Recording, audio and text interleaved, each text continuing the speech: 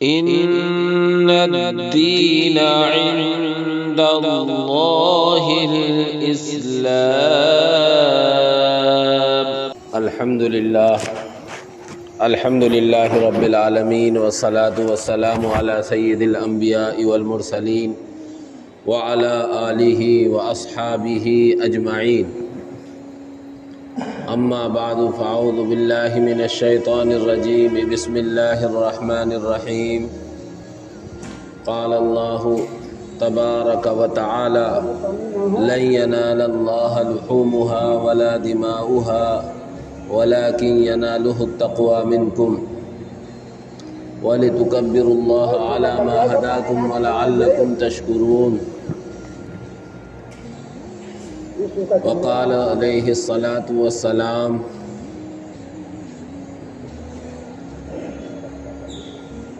حين قالوا ما هي الأضاحي يا رسول الله قال: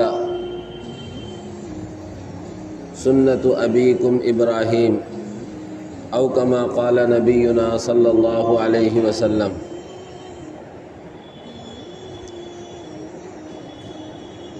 محترم بزرگوں،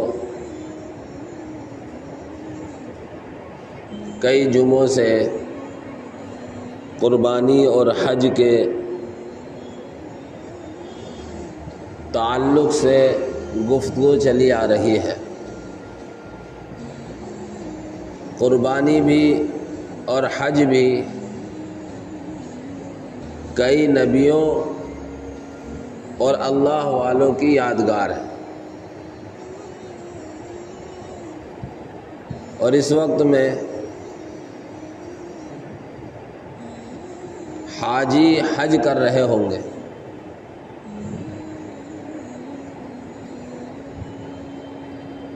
اللہ تبارک و تعالی جو حج کرنے پہنچے ہوئے ہیں سب کے حج کو قبول فرمائے، اور ہم سب کو بھی اور پوری امت کو اللہ تبارک و تعالی ان خوش نصیبوں میں شامل فرمائے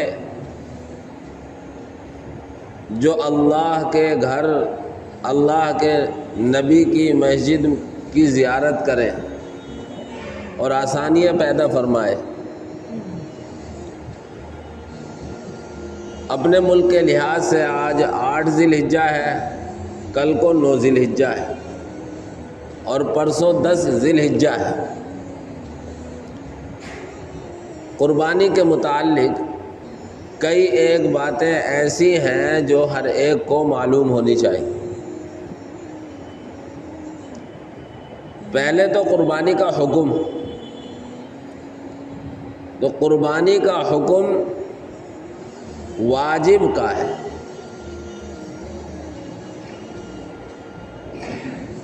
ہر اس شخص پر واجب ہے جو شریعت کی نگاہ میں صاحب نصاب کہلاتا ہے، مالدار کہلاتا ہے. اور شریعت نے مالدار اس شخص کو مانا ہے جس کے پاس 52.5 تولے چاندی یا 7.5 تولے سونا ہو.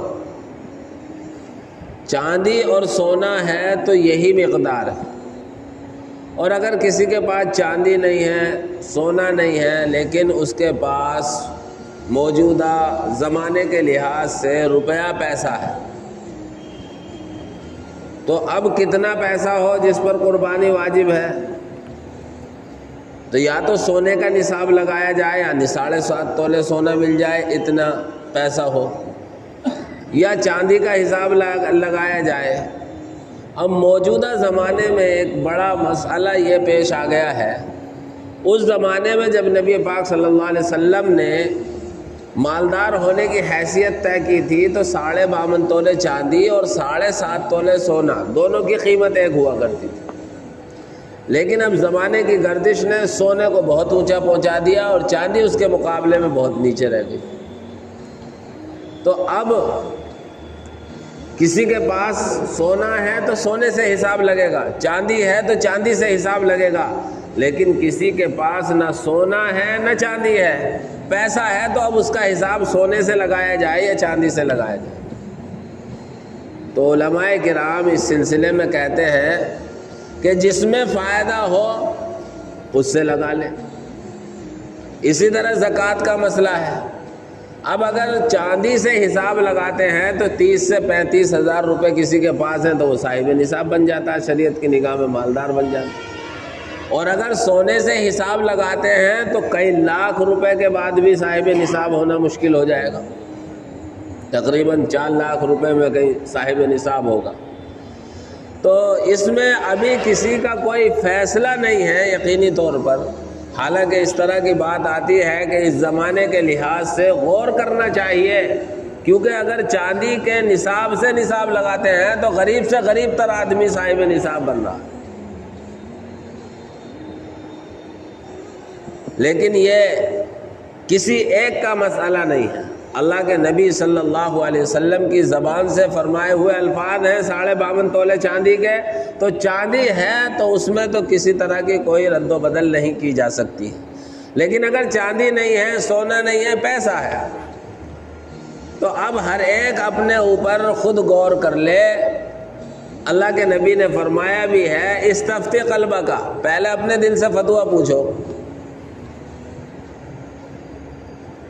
اگر قربانی کرنی ہے تو چاندی سے حساب لگا لے، قربانی واجب ہو جائے گی، اور اگر قربانی سے جان بچانی ہے تو سونے سے حساب لگاتا رہے، کئی لاکھ بھی ہو جائیں گے تب بھی قربانی واجب نہیں ہوگی۔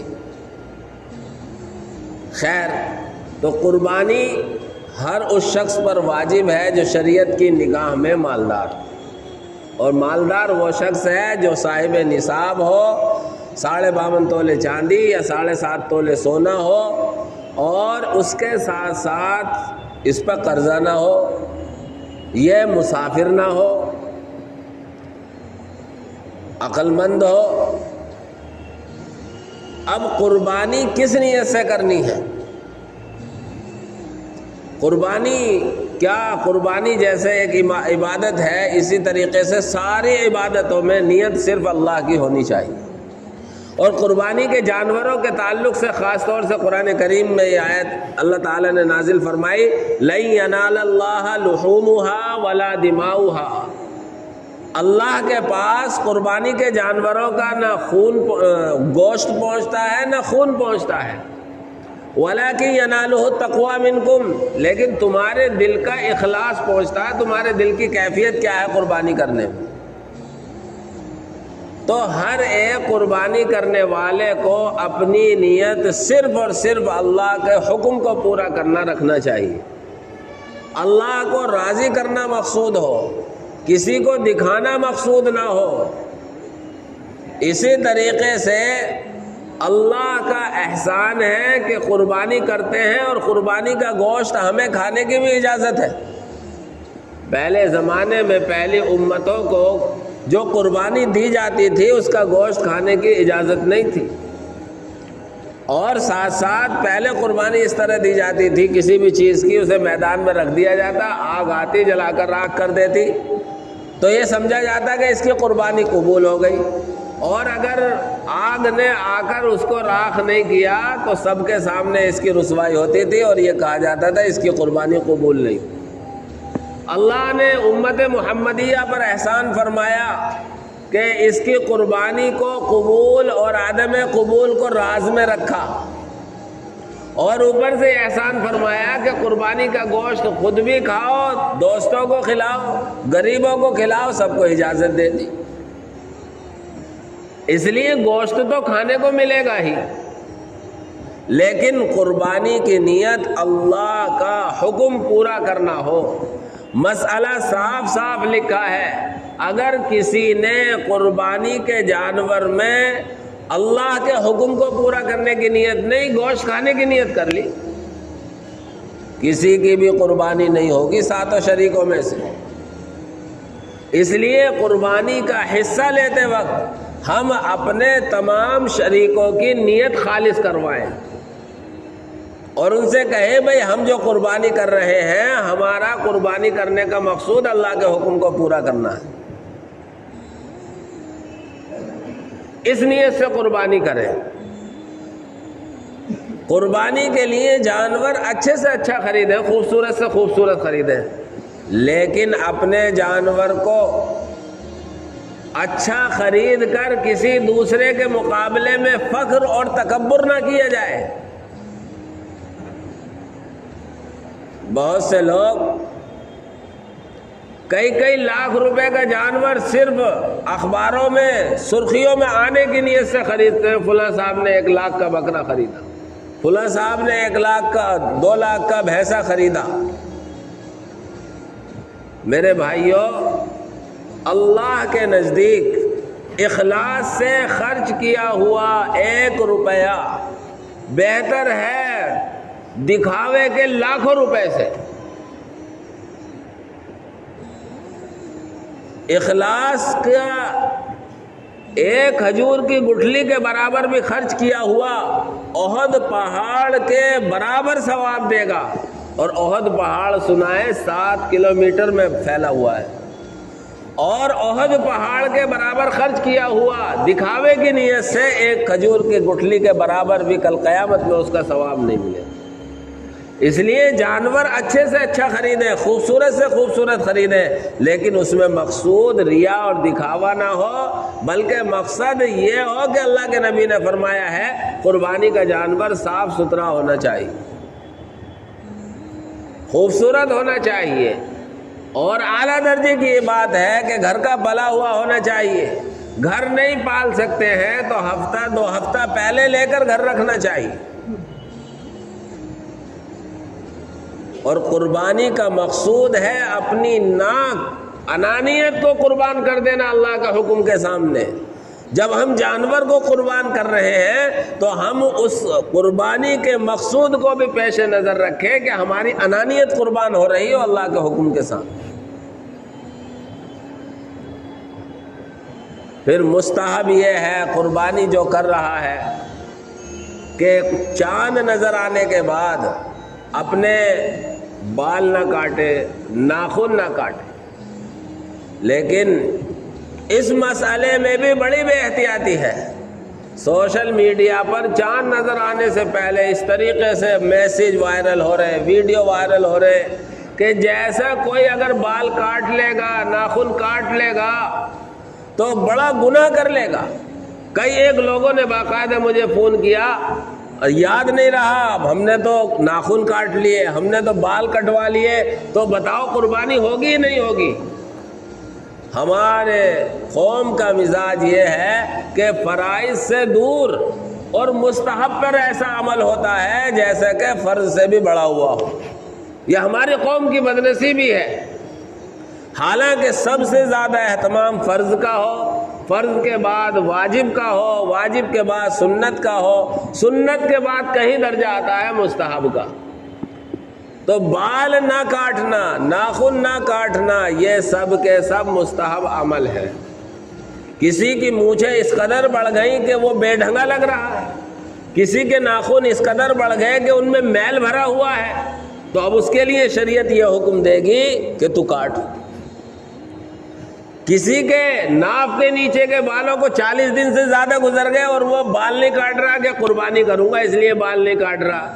بندے خدا، ادھر تو تجھے ثواب ملتا بال نہ کاٹنے میں، یہاں 40 دن سے زیادہ گزر رہے، گناہ ہو رہا، مکروہ تحریمی ہے، حرام کے قریب ہے۔ اس لیے اس مسئلے کو سمجھنا چاہیے، جو مسئلے کی حیثیت ہو اسی حیثیت میں رکھنا چاہیے۔ داڑھی کٹانا ہر حال میں حرام ہے، قربانی کرے نہ کرے، لیکن قربانی کرنے والا داڑھی نہ منڈائے، داڑھی نہ کٹائے، بڑی اچھی بات ہے، اور خدا کرے اس کے بال ہمیشہ کے لیے قربانی کی نیت سے رکھے، قربانی کے بعد منڈا لوں گا، خدا کرے کبھی نہ مونڈے۔ لیکن اگر کسی نے بال کٹا لیے، داڑھی منڈا لی، تو وہ حرام ہونا الگ ہے، لیکن قربانی پر کوئی فرق نہیں پڑے گا۔ ورنہ تو ہر مسلمان کی پہچان ہے، اسلامی شعار ہے داڑھی کا رکھنا۔ لیکن یہ مسئلہ ایسا نہیں ہے کہ قربانی نہ ہوگی۔ اسی طریقے سے پھر جب قربانی کا دن آئے تو قربانی کے دن اپنے جانور کو نہلا دھلا کر عید الاضحیٰ کی نماز کے بعد قربان کرے۔ اور اس دن مستحب یہ ہے کہ قربانی کے گوشت سے کھانے کی ابتدا کرے، لیکن ہمارے یہاں اس قدر دیر سے نمازیں ہوتی ہیں اور پھر قربانی ہوتی ہے کہ آدمی اس وقت تک نہار منہ رہنا بھی چاہے تو رہنا مشکل ہو جاتا ہے، کیونکہ عموماً 12 بجے سے پہلے نمبر کھانے کا نہیں آتا ہے۔ لیکن کوئی آدمی برداشت کر سکتا ہے تو اچھی بات ہے، کرے۔ قربانی کے جانور کو اعلیٰ درجے کی بات یہ ہے کہ اپنے ہاتھ سے ذبح کرے، اور اگر ذبح نہیں کر سکتا ہے تو کم سے کم قربانی کا جانور جب ذبح کیا جا رہا ہے اس وقت وہاں موجود رہے۔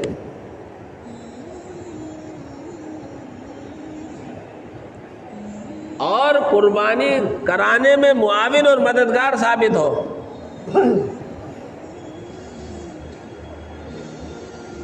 اس لیے قربانی کے مقصود کو سمجھنا چاہیے، اور قربانی جس مقصد سے کی جا رہی ہے اس مقصد کو پورا کرنا چاہیے۔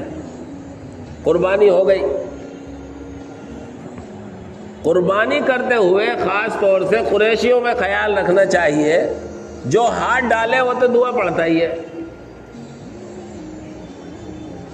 اور قربانی میں یا ذبح کرنے میں، حلال کرنے میں 4 رگیں ہوتی ہیں، 4۔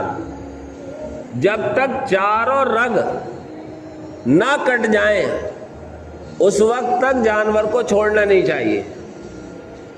4 رگ نہ کٹے تو کم سے کم 3 رگوں کا کٹنا ضروری ہے۔ اگر 3 رگ سے کم کٹی ہیں اور جانور کی اسی حالت میں جان نکل گئی تو وہ حرام ہو جائے گا۔ ہاتھ ڈالنے والا بسم اللہ اللہ اکبر پڑھتا رہے، اور جتنے لوگ جانور کو پکڑے ہوئے ہیں وہ بھی بسم اللہ اللہ اکبر پڑھے۔ جتنے بھی جانور کو ذبح کرانے میں شریک ہیں سب کو بسم اللہ اللہ اکبر پڑھنا چاہیے۔ جب چاروں رگ کٹ جائیں تو جانور کو تھوڑا ٹھنڈا ہونے دیں۔ ذبح کرنے کے لیے چھری تیز سے تیز ہونی چاہیے تاکہ جانور کو زیادہ تکلیف نہ ہو۔ قربانی کے موقع پر اس میں بڑی بے احتیاطی ہوتی ہے۔ سال سال بھر کی چھری کھٹل رکھی ہوئی ہوتی ہیں، اور اس دن ہر ایک گوشت کاٹنے والا بن جاتا ہے ہر قریشی۔ تقریباً کئی مرتبہ ایسا ہوا پچھلی بار تو کہ کھال کٹ گئی ہے، آگے کو گردن کٹنے کا ہی نام نہیں لے رہی ہے، ہاتھ میں نشان پڑ گئے۔ اس لیے ایسے لوگوں کو طے کریں جو اپنے اوزار صحیح رکھتے ہوں یا انہیں تاکید کریں۔ ہم کر رہے ہیں ثواب کے لیے، اور نہ جانے انجانے میں ہم گناہ میں مبتلا ہو جائیں، یہ بڑی بری بات ہوگی۔ کہ قربانی ہو جائے، گوشت کو حصے دار، بہتر یہ ہے کہ تول کر تقسیم کریں تاکہ کسی پر کمی بیشی سے نہ جائے۔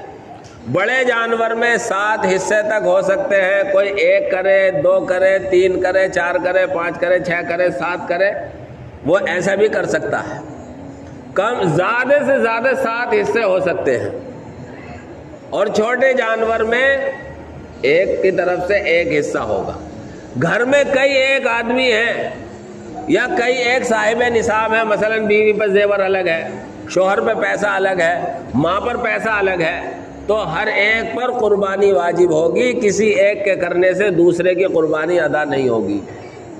کئی بھائی ہیں، کاروبار شرکت میں ہے، اگر سارے بھائیوں پر بٹوارا کیا جائے تو ہر بھائی صاحب نصاب ہو جائے تو ہر ایک پر قربانی واجب ہوگی، اور اگر صاحب نصاب نہ ہو تو کسی پر بھی قربانی واجب نہیں ہوگی۔ باپ ہے اور سارے بھائی باپ کے ماتحت رہتے ہیں تو باپ پر قربانی واجب ہوگی، لیکن اگر باپ کے علاوہ بھائیوں نے بھی ہر ایک نے اپنا کچھ نہ کچھ پیسہ جمع کر رکھا ہے جو نصاب کے برابر پہنچ جائے تو ان بیٹوں پر بھی قربانی واجب ہوگی، صرف باپ کی قربانی سے کام نہیں چلے۔ اور آج کوئی خالی نہیں ہوتا ہے الا ماشاء اللہ، ورنہ باپ کے ساتھ بھی ہوتے ہیں تو الگ سے بینک بیلنس نہیں، پلاٹ بھی پڑے ہوئے ہوتے ہیں بہت سو کے۔ اس لیے قربانی کرنی چاہیے۔ اللہ کے نبی نے حدیث میں فرمایا کہ 3 دن جو قربانی کے ہیں، 10، 11، 12، ان 3 دنوں میں اللہ کے نزدیک خون بہانے سے زیادہ محبوب کوئی عمل نہیں ہے۔ پہلا دن سب سے افضل، دوسرا دن اس سے کم افضل، اور تیسرا اس سے کم افضل۔ لیکن ایسا بھی نہ ہو کہ 3 حصے ہیں تو پہلے ہی دن تینوں کر دیے، گوشت کے خراب ہونے اور ضائع ہونے کا اندیشہ ہے، اس لیے پہلے دن بھی کریں، دوسرے دن بھی کریں، تیسرے دن بھی کریں، تاکہ گوشت کا صحیح استعمال ہو جائے، سب تک پہنچ جائے۔ قربانی کے گوشت کا مستحب طریقہ یہ ہے کہ اس کو 3 حصوں میں تقسیم کر لیں، ایک حصہ اپنے گھر کے استعمال کے لیے، ایک دوست احباب کے لیے، اور ایک غریبوں کے لیے۔ لیکن اگر کسی کے ضرورت ہے وہ پورا گوشت بھی اپنے گھر رکھ سکتا ہے، کسی کو بالکل ضرورت نہیں ہے پورا گوشت تقسیم بھی کر سکتا ہے، لیکن ایسا نہ ہو کہ تقسیم بھی نہیں کیا اور فریج میں بھر دیا، لائٹ نہیں آئی، ضائع ہو گیا۔ قربانی کا گوشت ابتدائی اسلام میں اللہ کے نبی نے 3 دن سے زیادہ رکھنے کو منع کیا تھا، کیونکہ اس وقت غربت کا زمانہ تھا۔ پھر بعد میں جب مسلمانوں میں آسانی آ گئی تو اللہ کے نبی نے کہا کبھی تک رکھو، لیکن ایسا نہ ہو کہ کسی دوسرے تک بھی نہ پہنچے اور ہم نے بھی ضائع کر لیا۔ اس طریقے سے قربانی کریں کہ اللہ تبارک و تعالیٰ کی طرف سے جیسے حضرت ابراہیم علیہ السلام کو بدلہ عطا کیا گیا اور رہتی دنیا تک کے لیے حضرت ابراہیم علیہ السلام اور حضرت اسماعیل کا ایسی فرما برداری اور اطاعت شعاری میں نام آیا کہ دنیا آج اس کی مثال پیش کرنے سے قاصر ہے، اسی جذبے کے ساتھ ہم قربانی کریں۔ دوسرے کچھ حکومتی احتیاطی ہیں، حکومت کی طرف سے کچھ پابندیاں ہیں، ان کے بھی ہم پابندی کریں۔ مثال کے طور پر ہمیں کھلے میں قربانی نہیں کرنی ہے۔ اسی طریقے سے اپنے صوبے میں دوسرے بہت سارے صوبوں میں سفید جانور کی قربانی پر پابندی ہے، تو ہم ہرگز سفید جانور کی قربانی نہ کریں۔ عقیدہ یہ رکھیں اللہ نے حلال کیا ہے، حلال ہے، لیکن ہم جس ملک میں رہتے ہیں اس ملک کے قانون کو بھی مانتے ہیں، اس قانون کو مانتے ہوئے ہمارے پاس دوسرا بدل موجود ہے، اس لیے سفید جانور کی قربانی نہ کریں۔ ہمارے ساتھ دوسرے بھائی بھی ہیں، کسی کو تو اس سے خوشی ہوگی، ہمارا تیوہار ہے، ہمیں قربانی کرنے سے خوشی ہوگی، لیکن بہت سے لوگ دوسرے ایسے ہیں جو برا سمجھتے ہیں، تو ہم اپنے خوشی کو دوسرے کے جذبات کو بھی ٹھیس نہ پہنچائیں۔ اس لیے گوشت کو لانے لے جانے میں پردے کے ساتھ لے جائیں۔ یوں تو ہر ایک چیز کھانے پینے کی پردے کے ساتھ لے جانی چاہیے، لیکن گوشت کو خاص طور سے احتیاط کریں۔ یہ انتظامیہ کی طرف سے بھی بات کہی گئی ہے، خود ہم بھی احتیاط کریں اور صاف صفائی کا بھی اہتمام رکھیں، اس سے ہمارا اپنا بھی فائدہ ہے۔ اللہ تبارک و تعالی ہم سب کو ان باتوں کے مطابق قربانی کرنا آسان فرمائے، اور اللہ ہم سب کی طرف سے قربانی قبول فرمائے۔ آمین وآخر دعوانا۔